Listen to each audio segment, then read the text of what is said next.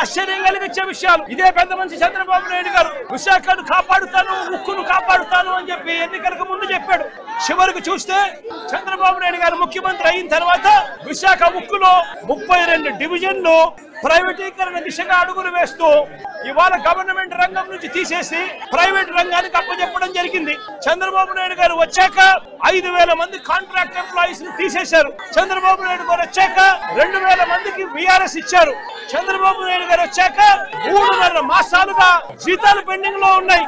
చంద్రబాబు నాయుడు గారు వచ్చాక కార్మికులకు అలవెన్సులు బోనస్లు తీసేశారు. చంద్రబాబు నాయుడు గారు వచ్చాక ఉద్యోగులకు ఉండే వాటర్లకు సంబంధించి సబ్సిడీ రేటు మీద కరెంట్ ఇచ్చేవారు గతంలో, వాటిని ఖాళీ చేయించాలన్న ఉద్దేశంతో కరెంట్ రేటు యూనిట్ కు 9 రూపాయలు చేసి బలవంతంగా కార్మికులను క్వార్టర్స్ నుంచి ఖాళీ చేయించే కార్యక్రమం చేస్తా ఉన్నారు. నిలదీస్తూ అడిగితే షోకాస్ నోటీస్ ఇచ్చే పరిస్థితిలో ఇవాళ కనిపిస్తా ఉంది. ఇవాళ ఇక్కడికి వచ్చేటప్పుడు చోడవరం షుగర్ ఫ్యాక్టరీకి సంబంధించి రైతులు కలిశారు.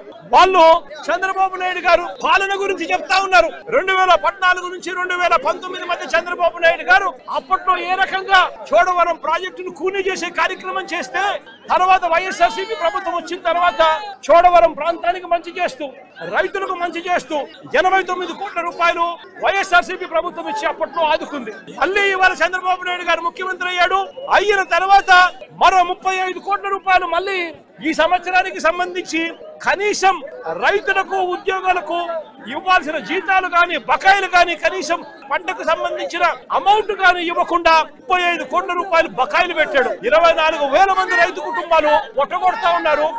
రైతులు ఇవాళ ఆక్రందన చేస్తూ నాకు కనబడి వినతి పత్రం ఇచ్చే కార్యక్రమం చేస్తా ఉన్నారు. బల్క్ డ్రగ్ పేరిట ఉద్దేశపూర్వకంగా అల్లకొల్లోలం సృష్టిస్తా ఉన్నారు. నక్కపల్లిలో ఇప్పటికే 4,500 ఎకరాలు ప్రభుత్వ భూమి ఉంది.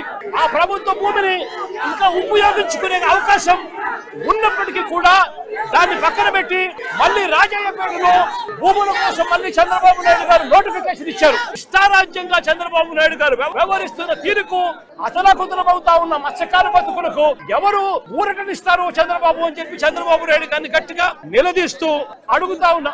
మొన్ననే విశాఖపట్నంలో 4,500 షాపులు, చిన్న షాపులను చంద్రబాబు నాయుడు గారు దగ్గర నుండి తొలగించే కార్యక్రమం చేశారు. నేను అడుగుతా ఉన్నా, ప్రత్యామ్నాయం చూపించకుండా ఆ 4,500 షాపులు తీసేస్తే దాని వల్ల 32,000 మంది ప్రజలు ఎలా బతుకుతారు చంద్రబాబు అని చెప్పి కనీసం ఆలోచన కూడా చేయకుండా దుర్మార్గాలు చేయడం ధర్మమేనా చంద్రబాబు గారు అని చంద్రబాబు నాయుడు గారు గట్టిగా నిలదీస్తూ అడుగుతా ఉన్నా. ఇవన్నీ కూడా ఇక్కడికి వచ్చేటప్పుడు దారి పొడుగున దారిలో నిలబడి వాళ్ళ ఆక్రందనలు చెప్తా ఉన్న పరిస్థితుల మధ్య, వాళ్ళ అర్జీలు ఇస్తా ఉన్న పరిస్థితుల మధ్య నా ఈ పర్యటన కొనసాగింది. స్కూళ్ళు నిర్వీర్యం, ఫీజు రీయింబర్స్మెంట్ ఇయ్యరు, చదువుల నిర్వీర్యం, హాస్పిటల్లో మూసేస్తా ఉన్నారు, ప్రైవేటుకు అమ్మేస్తా ఉన్నారు, ఆరోగ్యశ్రీని ఎత్తేశారు, ఆరోగ్య ఆసరా తీసేశారు, మొత్తానికి పేదవాడికి వైద్యం కూడా నిర్వీర్యం చేసిన పరిస్థితులు. మరోవైపున ఏ రైతుకు కూడా కనీస గిట్టుబాటు ధర రాని పరిస్థితుల్లో రైతులు వ్యవసాయం చేస్తా ఉన్నాడు. ఉచిత పద్ధతి బీమా తీసేశారు.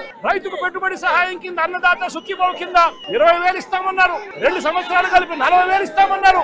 ఇచ్చింది కేవలం 5,000 రూపాయలు ఇచ్చి రైతులు రోడ్డున పడేశారు. సమయానికి ఇచ్చే ఇన్పుట్ సబ్సిడీ ఈ రోజు ఇవ్వకుండా పోతా ఉన్నారు. ఆర్బీకేలు నిర్వీర్యం చేశారు. ఈ క్రాప్ కెరమరుగైపోయిన పరిస్థితిలో రైతు వ్యవసాయం కూడా దిగజారిన పరిస్థితిలో ఈ రోజు రైతు బ్రతకలేని పరిస్థితిలో ఈ రోజు రాష్ట్రం కొనసాగుతా ఉంది. మా ప్రభుత్వంలో ఇస్తా ఉన్న పథకాలన్నీ రద్దు చేశాడు. మరోవైపున సూపర్ 6, సూపర్ 7 పూర్తిగా మోసం కింద మారడంతో ఇవాళ పేదల బ్రతుకులు, రైతుల బ్రతుకులు, మహిళల బ్రతుకులు, పిల్లల బ్రతుకులు, చదువుల బ్రతుకులు మొత్తం కూడా రోడ్డు మీదకి వచ్చిన పరిస్థితిలో ఇవాళ రాష్ట్రం ఉంది. అయ్యా చంద్రబాబు, ఇప్పటికైనా బుద్ధి జ్ఞానం ఏదైనా ఉంటే మనిషి అనే వానికి మార్పు అనేది చాలా అవసరం. బుద్ధి జ్ఞానం ఉంటే మార్పు తెచ్చుకో, ప్రజలకు తోడుగా ఉండి మంచి పేరు తెచ్చుకునే కార్యక్రమం చేసుకో, లేకపోతే చరిత్రహీనులుగా మిగిలిపోతావు చంద్రబాబు అని చెప్పి చంద్రబాబు గట్టిగా వార్నింగ్ ఇస్తా ఉన్నా ఈ సందర్భంగా.